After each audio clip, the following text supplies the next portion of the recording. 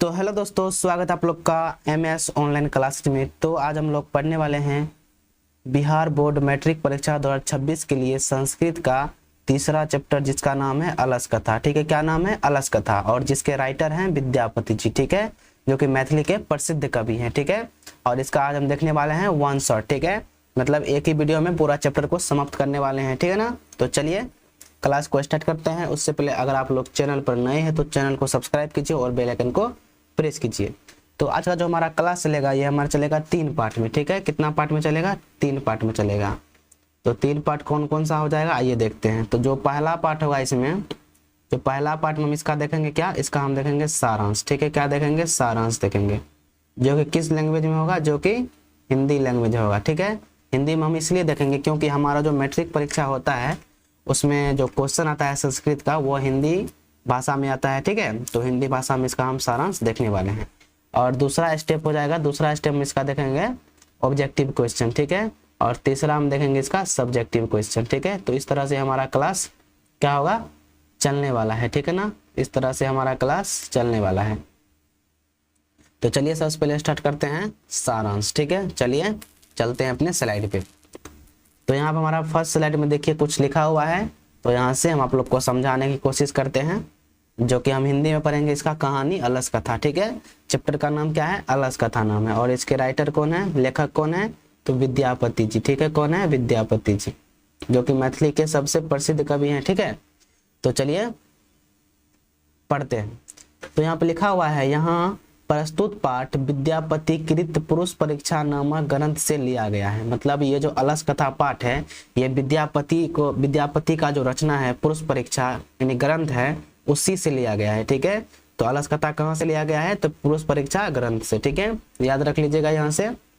और बोल रहा है इसमें आलस्य के दोष का वर्णन व्यंग्यात्मक कथा के माध्यम से किया गया है। मतलब ये जो है पाठ, इसमें किसके बारे में चर्चा किया गया है?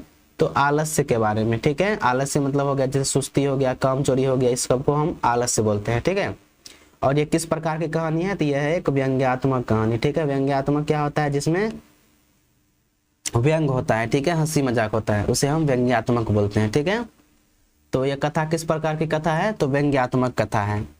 और कहाँ से लिया गया है? तो पुरुष परीक्षा ग्रंथ से। पुरुष परीक्षा ग्रंथ किसकी रचना है? तो विद्यापति की रचना है। ठीक है, और इस चैप्टर में किसके बारे में, किस दोष के बारे में बताया गया है? तो आलस्य के दोष के बारे में। ठीक है, क्लियर यहाँ तक। और उसके बाद इसका सरल हिंदी कहानी रूपांतरण नीचे दिया गया है। मतलब यहाँ पर दिया गया है कहानी। अब यहाँ से हम करेंगे अपनी कहानी को स्टार्ट। यहाँ से हमारा कहानी क्या होगा? स्टार्ट होगा। ठीक है, तो चलिए अब यहाँ से हम कहानी को स्टार्ट करते हैं और समझने की कोशिश करते हैं। ठीक है, तो चलिए।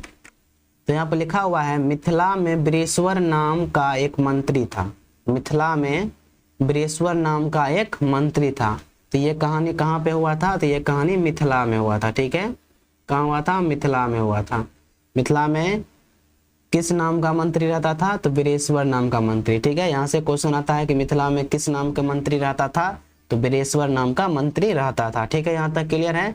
उसके बाद है, वह स्वभाव से दानशील और दयालु था। मतलब मंत्री वृषवर जो था वह स्वभाव से कैसा था? तो दानशील और दयालु था। ठीक है, और उसके बाद यहाँ पर हर दिन वह गरीबों और अनाथों को भोजन कराता था। मतलब वो क्या कराता था? हर दिन गरीबों और अनाथों को क्या कराता था? भोजन कराता था। ठीक है, तो यहाँ से क्वेश्चन भी आ सकता है कि मंत्री वृषवर किसे भोजन कराता था? तो गरीबों और अनाथों को। ठीक है, उसके बाद है, साथ ही वह आलसी लोगों को भी भोजन और कपड़े देता था। साथ ही वे क्या करते थे?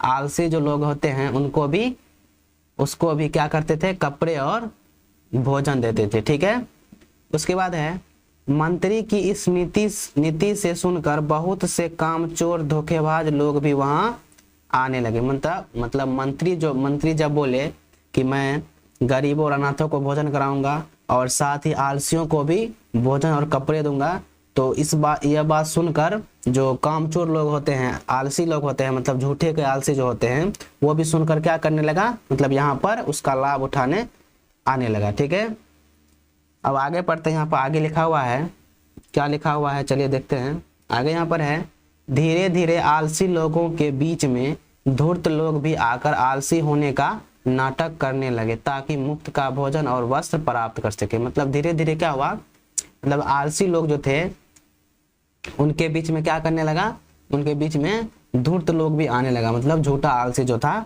वो भी आने लगा आलसी का रूप धारण करके, ठीक है। और किस लिए आया, क्योंकि वहां पर मुफ्त का भोजन और वस्त्र मिलता था इसीलिए, ठीक है। उसके बाद इस प्रकार मंत्री का बहुत धन खर्च होने लगा। मतलब इस प्रकार क्या हुआ, मंत्री का धन खर्च होने लगा, क्योंकि वहां पर जो धूर्त आलसी सब आ गए थे तो उसके कारण क्या हुआ, वहां का खर्चा बढ़ गया और मंत्री का बहुत ही धन खर्चा होने लगा, ठीक है। अब उसके बाद आगे देखिए अगला स्लाइड पे क्या है। अगला यहाँ पर है, एक दिन मंत्री के सेवकों ने सोचा, मतलब मंत्री के सेवक जो थे उसने क्या सोचा, हमारा स्वामी करुणा के कारण सिर्फ आलसियों को ही दान देना चाहते हैं।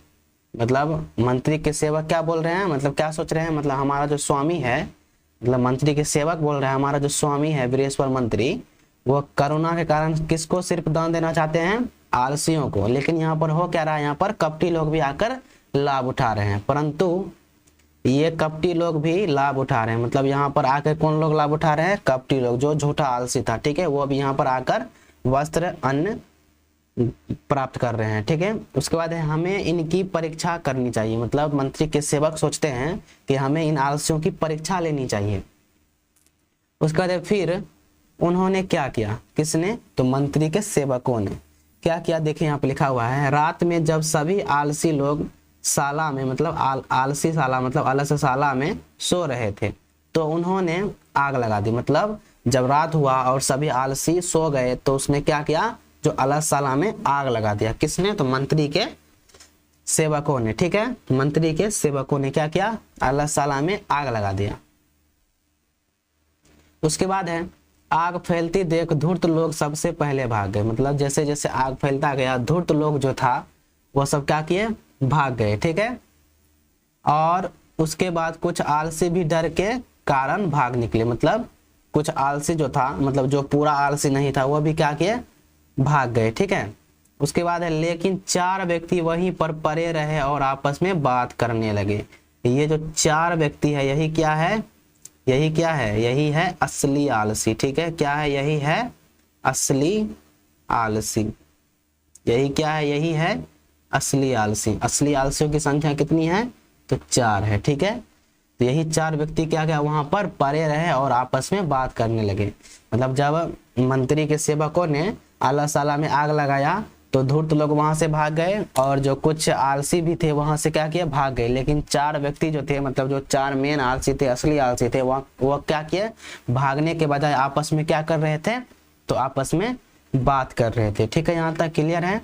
चलिए देखते हैं आगे, देखते हैं आगे। यहाँ पर है, जिसमें पहला व्यक्ति क्या बोलता है, पहला व्यक्ति का जिसका मुख वस्त्र से ढका था। मतलब पहला जो आलसी था उसका मुख किससे ढका हुआ था, तो वस्त्र से, ठीक है। तो पहला आलसी क्या बोलता है, देखिए पहला आलसी बोलता है, यह कैसा शोर हो रहा है। मतलब पहला आलसी क्या बोलता है, यह कैसा शोर हो रहा है। मतलब जैसे आग लगा अलसशाला में और आलसी सब भागने लगे तो वहां पर शोर होगा। तो पहला आलसी बोल रहा है कि यह कैसा शोर हो रहा है। और उसके बाद दूसरा देखिए क्या बोलता है, दूसरा आलसी बोला शायद यहाँ आग लग गई है। दूसरा आलसी क्या बोला, शायद यहाँ आग लग गई है, ठीक है। तो आप लोग यहाँ पर याद रखिएगा क्योंकि यहाँ से क्वेश्चन आता है, ठीक है, एग्जाम में, कि पहला आलसी क्या बोले थे, दूसरा आलसी क्या बोले थे, तीसरा क्या बोले थे, चौथा क्या बोले थे, यहाँ से क्वेश्चन आ सकता है। तो पहला आलसी क्या बोले थे कि यह कैसा शोर हो रहा है। पहला आलसी क्या बोला था, यह कैसा शोर हो रहा है। उसके बाद दूसरा क्या बोलता है, शायद यहाँ पर क्या लग गई है, आग लग गई है, ठीक है।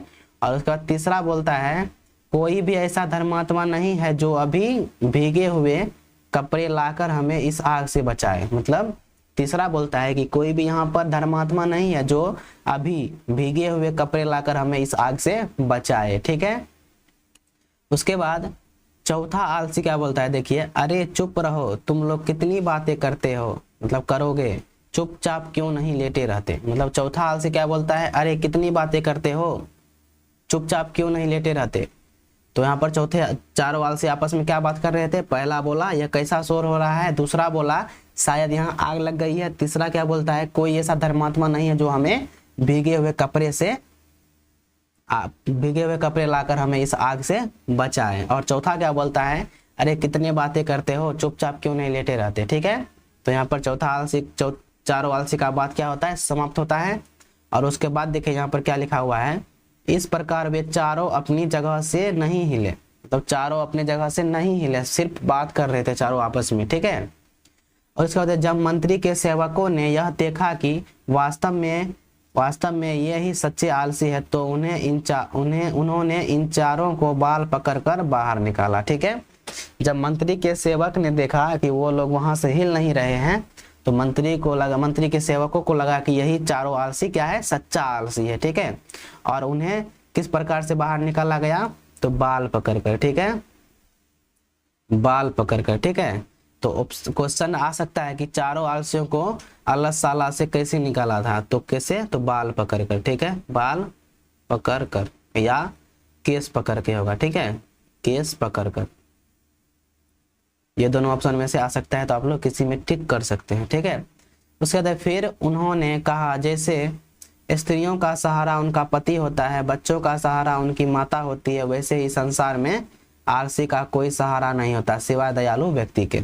ठीक है, तो यहाँ पर दयालु व्यक्ति कौन है, तो मंत्री वीरेश्वर है। ठीक है, तो यहाँ पर क्या बोलता है, फिर उन्होंने क्या बोला कि जैसे स्त्रियों का सहारा उनका पति होता है और बच्चों का सहारा उनकी माता होती है, वैसे ही संसार में आलसियों का सहारा कौन होता है, दयालु व्यक्ति होता है। ठीक है, और उसके बाद है, इसके बाद मंत्री ने उन चारों को पहले से भी अधिक दान दिए और वस्त्र दिए। ठीक है, मतलब जब ये चारों आलसी पकड़ा गए तो इनको क्या किया, मंत्री इसको पहले से भी अधिक धन दिए और वस्त्र दिए थे। ठीक है, तो क्लियर है यहाँ तक। तो यहाँ पर हमारा सारांश क्या होता है, सारांश यहाँ पर हमारा समाप्त होता है। ठीक है, क्या होता है, सारांश यहाँ पर हमारा समाप्त होता है।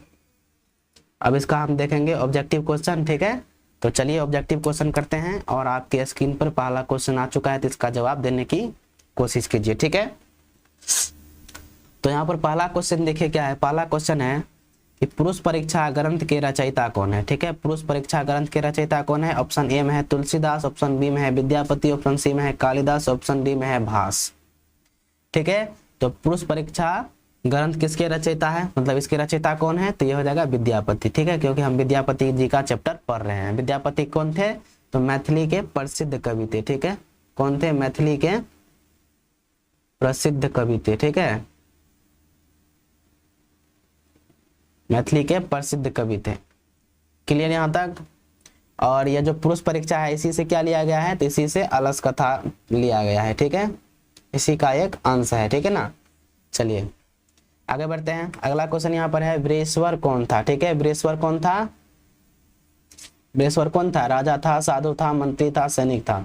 तो वीरेश्वर कौन था, तो वीरेश्वर एक मंत्री था। ठीक है, कहाँ का,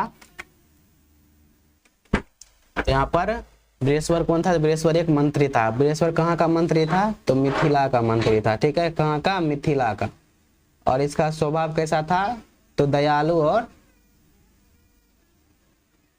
और क्या था, दानशील। ठीक है, दयालु और दानशील इसका स्वभाव था। ठीक है, मतलब ये दान करते थे किसको, तो गरीबों और अनाथों को। ठीक है, अगला क्वेश्चन देखते हैं। अगला क्वेश्चन यहाँ पर है, वीरेश्वर किस राज्य का मंत्री था। वीरेश्वर किस राज्य का मंत्री था, तो वीरेश्वर मिथिला का मंत्री था। ठीक है, मिथिला का मंत्री था। ठीक है, तो इसका ऑप्शन बी हो जाएगा राइट आंसर। ठीक है ना, चलिए आगे बढ़ते हैं। आगे यहाँ पर है, क्या है यहाँ पर, वीरेश्वर का स्वभाव कैसा था। तो वीरेश्वर का स्वभाव कैसा था, तो दयालु और दानशील था। ठीक है, तो ऑप्शन बी हो जाएगा इसका राइट आंसर, दयालु और दानशील। ठीक है, क्लियर है, आगे बढ़ते हैं। आगे यहाँ पर है, वीरेश्वर किसे दान देता था। वीरेश्वर किसे दान देता था, तो यहाँ पर ऑप्शन में है सिर्फ गरीबों को, सिर्फ अनाथों को, सिर्फ आलसियों को, गरीबों, अनाथों और आलसियों को। तो ये गरीबों को, अनाथों को और आलसियों को, तीनों को दान देता था। ठीक है, क्लियर यहाँ तक। आगे बढ़ते हैं। आगे यहाँ पर है, आलसियों के बीच कौन लोग भी आने लगा। मतलब जब जो सच्चे आलसी थे उनके बीच कौन लोग आने लगा, तो उनके बीच आने लगा धूर्त लोग और चालाक लोग जो थे। ठीक है, जो झूठा आलसी था, तो धूर्त लोग हो जाएगा इसका आंसर, ऑप्शन नंबर सी हो जाएगा इसका राइट आंसर। ठीक है, क्लियर यहाँ तक। आगे बढ़ते हैं। आगे यहाँ पर है, सेवकों ने आलसियों की परीक्षा कैसे ली। तो सेवकों ने, मंत्री के जो सेवक थे उन्होंने आलसियों की परीक्षा कैसे ली, तो अलसशाला में आग लगाकर। ठीक है, ऑप्शन सी हो जाएगा इसका राइट आंसर, आग लगाकर। ठीक है, 8 नंबर में देखिए क्या है यहाँ पर, जब आग लगी तब सबसे पहले कौन भागा, मतलब जैसे ही आग लगा तो सबसे पहले कौन भागा, जो धूर्त लोग था, ठीक है, जो धूर्त लोग था, जो धूर्त लोग था। उसके बाद कौन भागा, जो आलसी था, ठीक है। और कितने आलसी नहीं भागे, तो 4 आलसी नहीं भागे, जो कि चारों क्या थे, असली आलसी थे, ठीक है, असली आलसी थे। क्लियर यहां तक? आगे बढ़ते हैं। आगे यहाँ पर है चारों आलसी, चारों असली आलसी क्या कर रहे थे, मतलब चारों जो असली आलसी थे वो क्या कर रहे थे, मतलब भागने के बजाय क्या कर रहे थे, सोते हुए बात कर रहे थे। तो ऑप्शन सी हो जाएगा, सोए हुए बात कर रहे थे, ठीक है, ऑप्शन सी हो जाएगा इसका राइट आंसर, ठीक है। उसके बाद चौथा व्यक्ति क्या बोला, चौथा व्यक्ति क्या बोला था कि चुप रहो कितनी बातें करते, मतलब चुप रहो बातें मत करो, ऐसा बोला था। और पहला क्या बोला था कि यह कैसा शोर हो रहा है, और दूसरा क्या बोला था कि शायद यहाँ पर आग लग गई है। तीसरा क्या बोला था, ऐसा कोई धर्मात्मा नहीं है जो हमें भीगे हुए कपड़े लाकर हमारी जान बचा सके, ठीक है। तो चौथा आलसी क्या बोले थे कि चुप रहो बातें मत करो, ठीक है। उसके बाद है यहाँ पर सेवकों ने चारों आलसियों को कैसे बाहर निकाला। तो सेवक जो थे मंत्री के, वो चारों आलसियों को कैसे बाहर निकाला आग लगने के बाद, तो बाल पकड़कर, ठीक है, बाल पकड़कर या केस पकड़कर ऑप्शन में आ सकता है, ठीक है। तो बाल पकड़कर हो जाएगा इसका right answer, option number C. आगे बढ़ते आगे यहाँ पर है कहानी के अनुसार आलसियों का सहारा कौन होता है। कहानी के अनुसार आलसियों का सहारा कौन होता है, तो सिर्फ दयालु व्यक्ति होता है, ठीक है। यहाँ पर दयालु व्यक्ति किसे कहा गया है, तो यहाँ पर दयालु व्यक्ति मंत्री को कहा गया है, ठीक है। तो इसका ऑप्शन नंबर सी हो जाएगा राइट आंसर, ठीक है।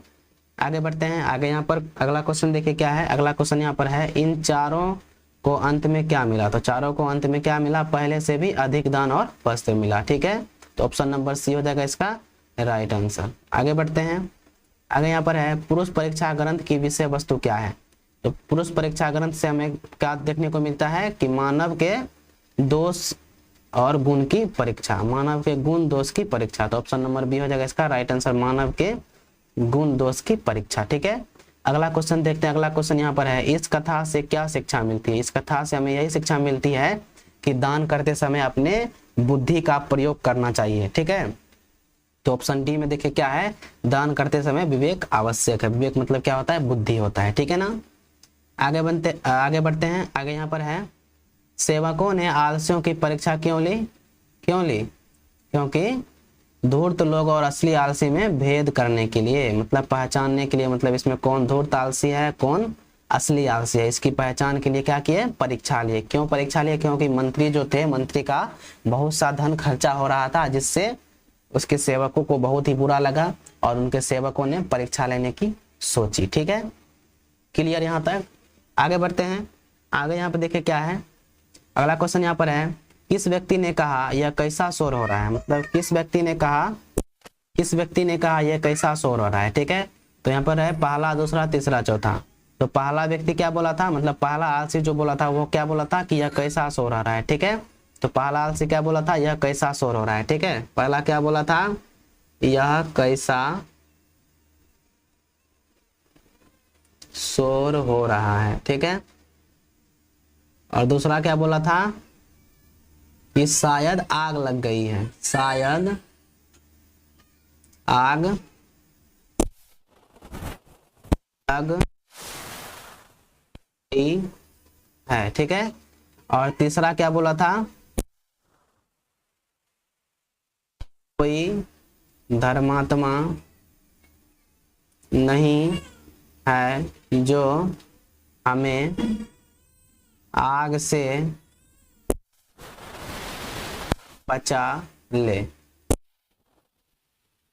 और चौथा क्या बोला था, चौथा क्या बोला था, तो चौथा यहाँ पर बोला था कि चुप क्यों नहीं रहते, चुप क्यों नहीं रहते, कितने बातें करते हो,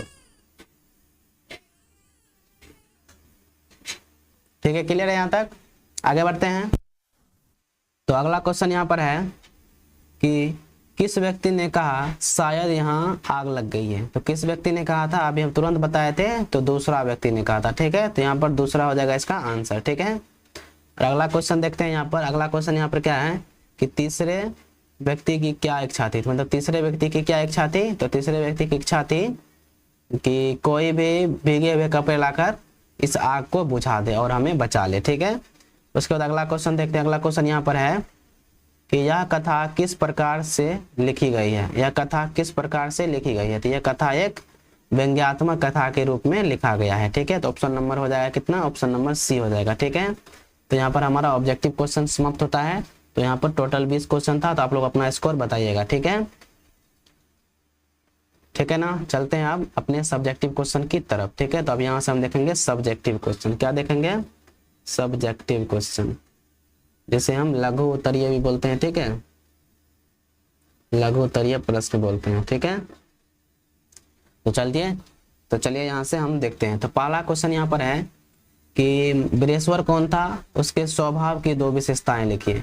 उत्तर हो जाएगा वीरेश्वर मिथिला का एक मंत्री था, वह स्वभाव से दानशील और दयालु था। ठीक है, वीरेश्वर कौन था, तो वीरेश्वर मिथिला का मंत्री था और वह स्वभाव से कैसा था, तो दयालु और दानशील था। ठीक है, क्लियर यहाँ तक। आगे बढ़ते हैं। आगे यहाँ पर दूसरा क्वेश्चन हो जाएगा, मंत्री किस प्रकार के लोगों को दान दिया करता था, इससे क्या समस्या उत्पन्न हुई। तो उत्तर हो जाएगा मंत्री गरीबों, अनाथों और आलसी लोगों को भोजन व वस्त्र देना चाहते थे। ठीक है, मतलब मंत्री जो थे, मंत्री वीरेश्वर, वो गरीबों, अनाथों और आलसियों को भोजन व वस्त्र देना चाहते थे। ठीक है, इससे यह समस्या हुई कि चालाक और कामचोर लोग भी आलसी बनने का नाटक करने लगे और मुफ्त का लाभ उठाने लगे। मतलब तो जब मंत्री गरीबों, अनाथों और आलसियों को भोजन और वस्त्र देते थे, तो इससे क्या समस्या हुई, जो कामचोर लोग थे और आलसी लोग थे, वो भी क्या किए, वहां पर आलसी बनने का नाटक करके मुफ्त का लाभ उठाने लगे। ठीक है, यहाँ तक क्लियर है। आगे बढ़ते हैं। अगला क्वेश्चन यहाँ पर देखते हैं। अगला क्वेश्चन यहाँ पर क्या है कि मंत्री के सेवकों ने आलसियों की परीक्षा के लिए क्या उपाय किया। उत्तर हो जाएगा सेवकों ने रात में जब सभी आलसी लोग अलसशाला में सो रहे थे, तो वहां आग लगा दी ताकि वे जान सके कि कौन सच में आलसी है और कौन केवल नाटक कर रहा है। ठीक है, तो मंत्री के सेवकों ने आलसियों को कैसे परीक्षा ली कि जब सभी आलसी सो गए थे, तो उसने क्या किया, अलसशाला में आग लगा दिया। ठीक है, ताकि वे पहचान कर सके कि कौन सच में आलसी है और कौन नाटक कर रहा है। ठीक है, तो तीसरा क्वेश्चन क्लियर हुआ। चलिए चौथा क्वेश्चन देखते हैं। चौथा क्वेश्चन यहाँ पर है,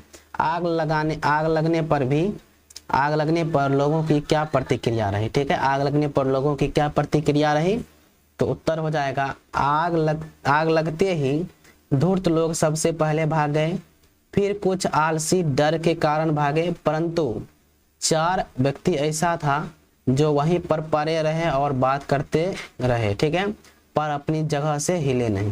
मतलब जब हम अलसशाला में आग लगाया गया, तो आग लगाने के बाद क्या हुआ कि जो धूर्त लोग थे वह सबसे पहले भाग गए और उसके बाद फिर आलसी जो थे वह डर के कारण भाग गए, परंतु 4 ऐसा आलसी था जो भागने के बजाय क्या कर रहा था, तो वहां पर बात कर रहा था और अपनी जगह से हिले तक नहीं। ठीक है, आगे बढ़ते हैं। आगे यहाँ पर है 5वां क्वेश्चन क्या है कि वास्तविक आलसी कौन थे, सेवकों ने उनके साथ क्या किया। ठीक है, तो उत्तर हो जाएगा जो चार व्यक्ति आग में भी, तो इसका उत्तर हो जाएगा जो 4 व्यक्ति आग में भी नहीं उठे वे ही सच्चे आलसी थे। मतलब जो आग लगने पर भी नहीं उठे वही सच्चे आलसी थे। सेवकों ने उन्हें बाहर निकाला और मंत्री ने उन्हें पहले से भी अधिक दान और वस्त्र दिए। ठीक है, मतलब जो वास्तविक आलसी था उन्हें क्या मिला, तो उन्हें पहले से भी अधिक दान और वस्त्र मिला। ठीक है, अगला क्वेश्चन देखते हैं। यहाँ पर अगला क्वेश्चन है, इस कथा से हमें क्या शिक्षा मिलती है। तो उत्तर हो जाएगा इस कथा से हमें यह शिक्षा मिलती है कि सच्चे और झूठे में अंतर पहचानना जरूरी है, साथ ही दया और करुणा के साथ विवेक का प्रयोग भी आवश्यक है। ठीक है, मतलब इस कथा से हमें यही शिक्षा मिलती है कि सच्चे और झूठे में क्या होना चाहिए, अंतर पहचानना जरूरी है, और साथ ही दया और करुणा के साथ साथ क्या आवश्यक है, तो विवेक का प्रयोग आवश्यक है। मतलब बुद्धि का भी प्रयोग हमें करना चाहिए दान और करुणा के साथ। ठीक है, उसके बाद आगे बढ़ते हैं। आगे यहाँ पर 7वां क्वेश्चन है पुरुष परीक्षा ग्रंथ की क्या विशेषता है? तो उत्तर हो जाएगा यह ग्रंथ विद्यापति द्वारा रचित है, जिसमें व्यंग के माध्यम से मानवीय गुण दोषों की परीक्षा की गई है। इसमें सरल कथाओं के द्वारा जीवन मूल्य और नैतिक शिक्षा दी गई है। तो इस ग्रंथ में क्या हो रहा है, मतलब व्यंग के माध्यम से मानव के गुण और दोषों की परीक्षा की गई है और इसमें सरल कथाओं के द्वारा जीवन मूल्य और नैतिक शिक्षा भी दी गई है। ठीक है, तो यहाँ तक क्लियर है। अगला क्वेश्चन देखते हैं। अगला क्वेश्चन यहाँ पर है, सेवकों द्वारा किया गया कार्य नैतिक था या नहीं? मतलब नीति के अनुसार था या नहीं।